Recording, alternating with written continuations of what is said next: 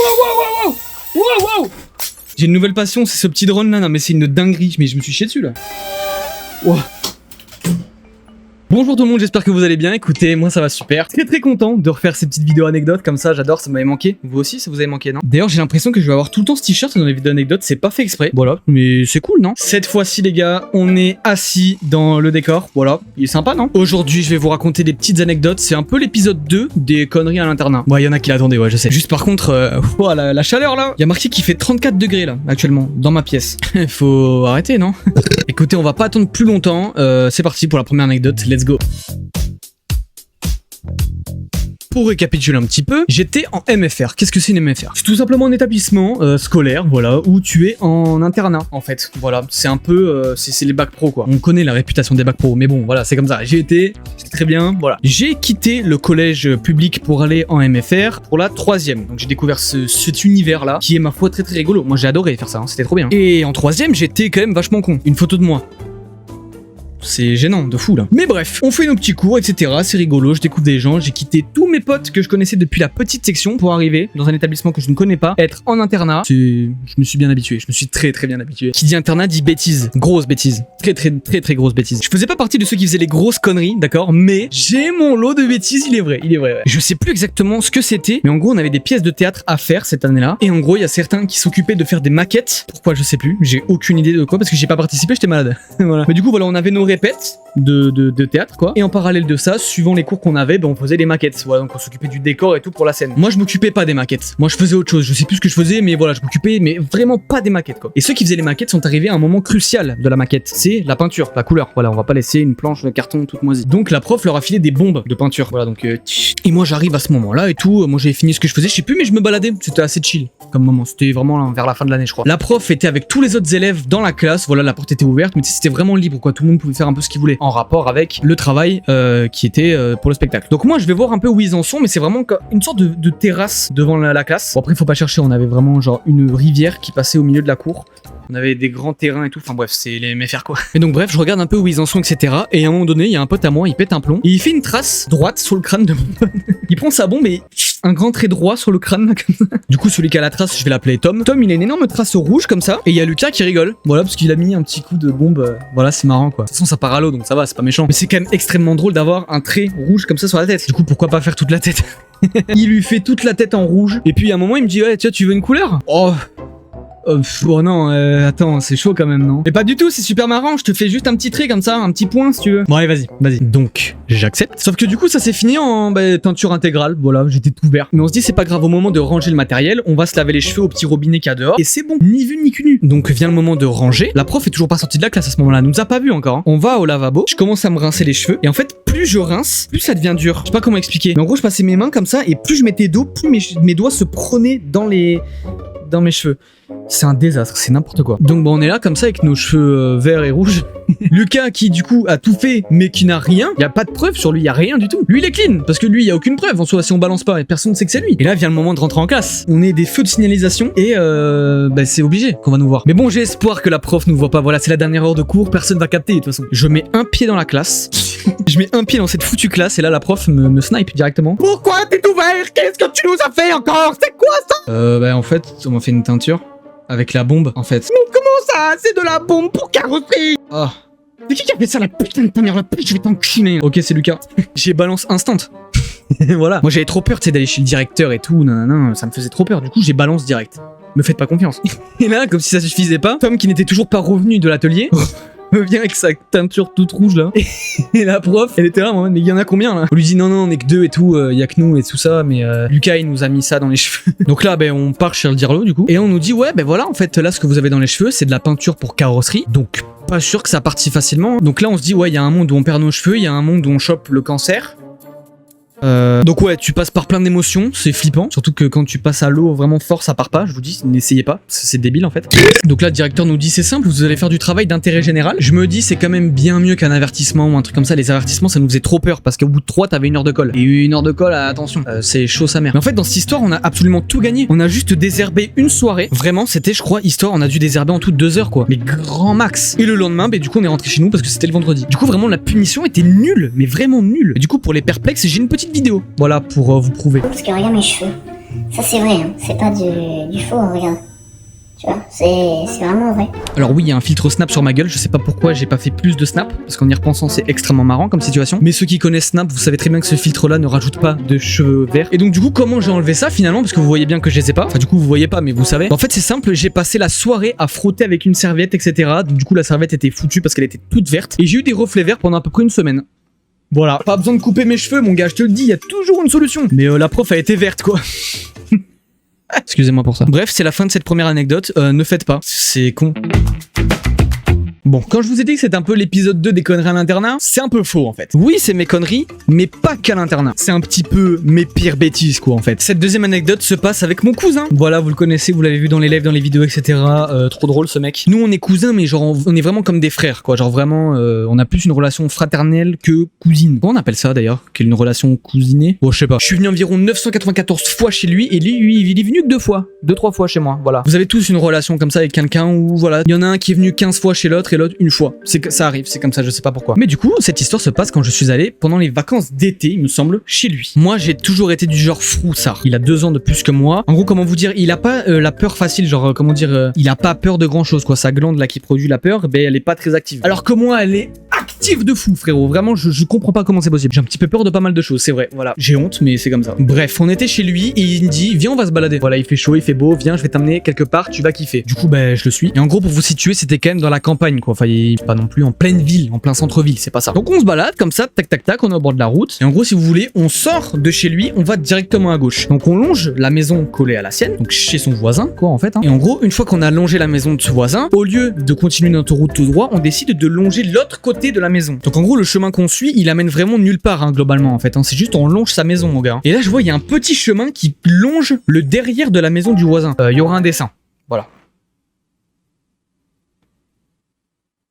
C'est bon? Et il me dit viens. Donc là le chemin qu'on prend en fait il amène directement au jardin de mon cousin en fait. Parce que là on relonge la maison mais dans l'autre sens. On retourne vers chez lui en fait. À notre gauche il y a le grillage du voisin. À notre droite il y a un buisson énorme de ronces. Donc on se blesse énormément. On arrive à peu près à la moitié du chemin. Et là il me dit attends-moi. Et là il escalade le grillage du voisin. Donc là il est dans le jardin du voisin. Donc là ben moi je suis en train de me chier dessus. Étant donné que j'ai genre 8 ans. Mon cousin est donc dans le jardin de ce fameux voisin. Et là, je vois, il trifouille une cage, mais très très fort. Voilà, il se démerde à trifouiller la cage et tout ça. Il l'ouvre et il sort une buse. Oui.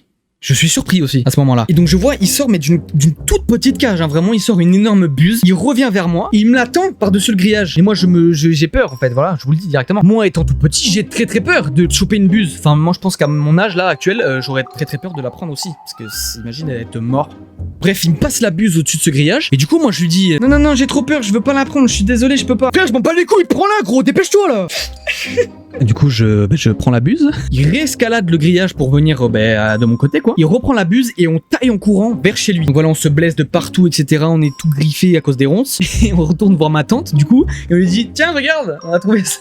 Donc on invente un énorme mytho, à savoir, on a trouvé cette buse dans le fossé. Voilà, on a été péter la cage du voisin pour lui voler et la ramener, quoi. Encore une fois, ne me prenez pas pour un énorme mytho, il y a la photo. Voilà, incroyable cette buse. Bon bref, on lui met un petit drap dans un carton et on l'emmène directement chez le veto. Le veto il dit ouais bon elle est en mauvais état etc. On va la garder, on va s'en occuper quoi en gros. Et on repart. Donc en gros, le voisin avait des oiseaux en cage, des oiseaux de la nature, hein, enfin pas des oiseaux d'élevage quoi. Dans des conditions déplorables. Mais genre vraiment la cage était toute petite. Une buse c'est grand hein, les gars. Et elle était clairement pas en état. Et elle avait rien à foutre dans une cage comme ça. Donc en gros c'est pas bien parce qu'on est rentré. Enfin moi j'ai rien fait. Moi j'ai juste assisté, j'ai été complice. Et voilà, ça partit d'une bonne intention. On a libéré cet oiseau. À savoir que du coup au retour du vétérinaire, on a repris le même chemin, il est re-rentré dans le jardin de ce gars, a libéré un corbeau, et lui il était en bon état, donc du coup on l'a relâché, il était très très content, il s'est taillé au loin dans la forêt. Voilà, cette anecdote elle est, je sais pas trop quoi en penser en fait, parce que d'un sens c'est cool, tu vois, on a fait une bonne action pour un oiseau. En même temps, il est rentré quand même chez son voisin, sans autorisation. Moi j'ai juste été une tapette, j'ai eu peur de A à Z, j'ai eu un pic d'adrénaline ce jour-là, c'était ouf, j'ai adoré. Fin d'anecdote. C'est trop chaud. Genre... Oui d'accord, c'était pas potable d'avoir cette gueule là pour la vidéo anecdote. Pour cette troisième anecdote les gars, j'étais petit, j'étais vraiment petit, je pense que j'avais genre 5-6 ans, grand max. Et quand j'avais 5-6 ans, mes parents ont adopté une tortue de terre, voilà, c'est très très mignon, on adore, c'est très très beau. C'était quand même beaucoup moins compliqué de s'en procurer à l'époque, il fallait quand même des certificats et tout qu'on avait, voilà, mais aujourd'hui il me semble que c'est un peu plus galère. Donc moi quand j'étais petit, j'étais quand même un enfant très très sage, voilà, je faisais pas de bêtises, etc. Le grand max que j'ai fait c'est monter en haut d'un arbre quand mes parents étaient pas là. Alors qu'il m'avait dit non. Alors là, mec, dinguerie. Globalement, j'étais un enfant très très sage et pas turbulent. Aujourd'hui, on voit que ça a changé.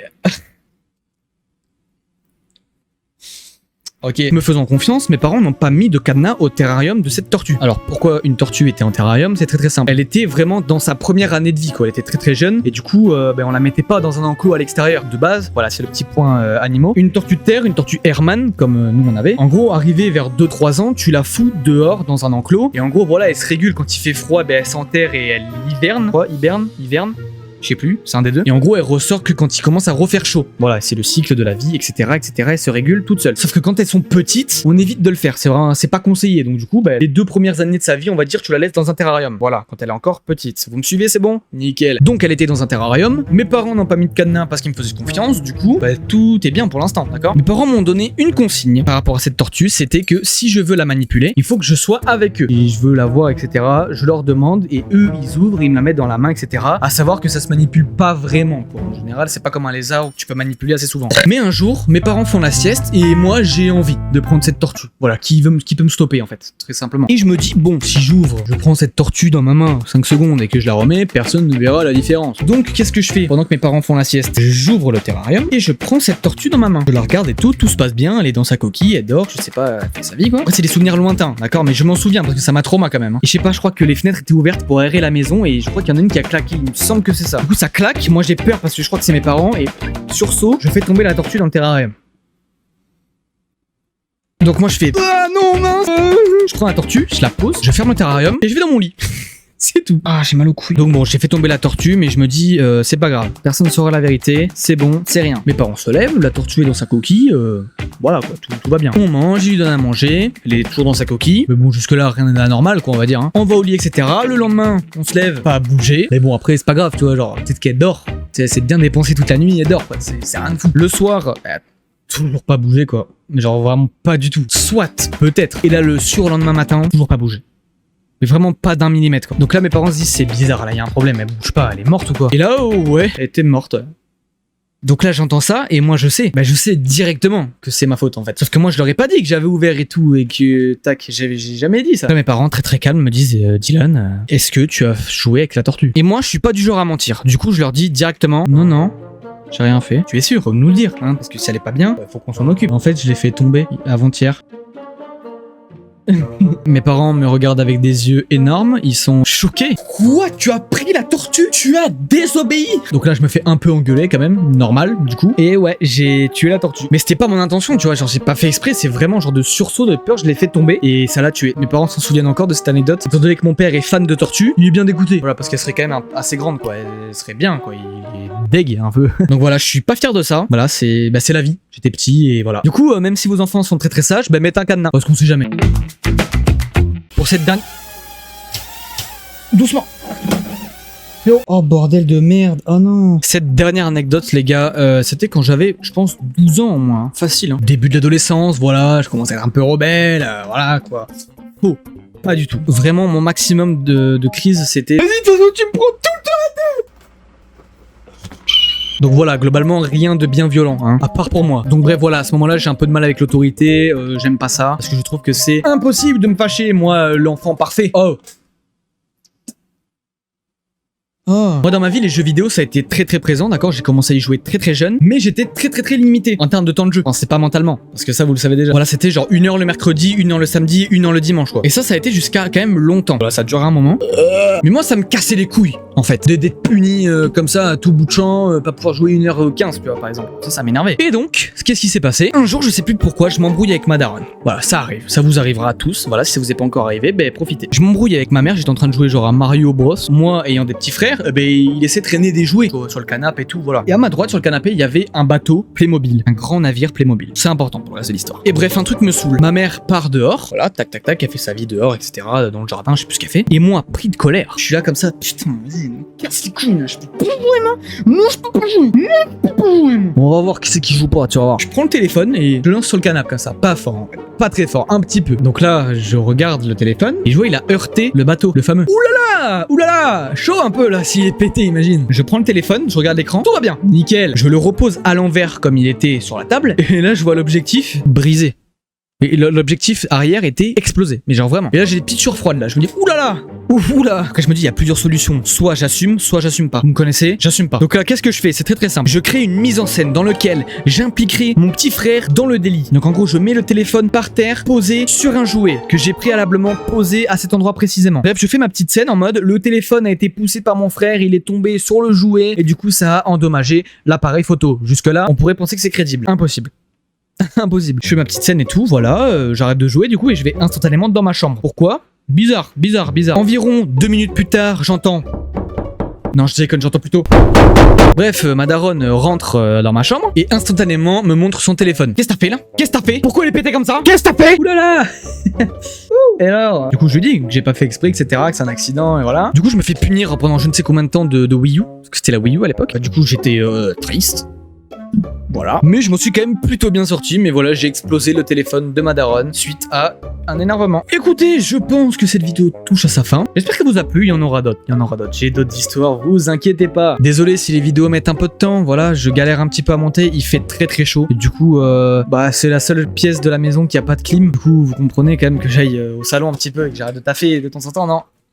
Non, désolé. Non, mais faudrait que j'essaye de reprendre le rythme de une vidéo par semaine, ça serait bien. Mais j'ai chaud, c'est chiant. Mais écoutez, promis, je reviens avec des bonnes vidéos, vous en faites pas. Je crois que je le demande pas très souvent, mais n'hésitez pas, mettez un petit pouce bleu si jamais vous avez aimé. Voilà, ça me soutient énormément. Le petit commentaire, oh, j'ai pas aimé ça, ou j'ai adoré ça. Et puis le petit abonnement, voilà, qui fait extrêmement plaisir. Et voilà quoi, c'est cool. Dans la description de cette vidéo, il y a mes réseaux, il y a le Twitch. Allez voir le Twitch, il y a des choses là-bas. Bref, je ne vous embête pas plus. À bientôt pour une prochaine vidéo, c'était moi. Des bisous.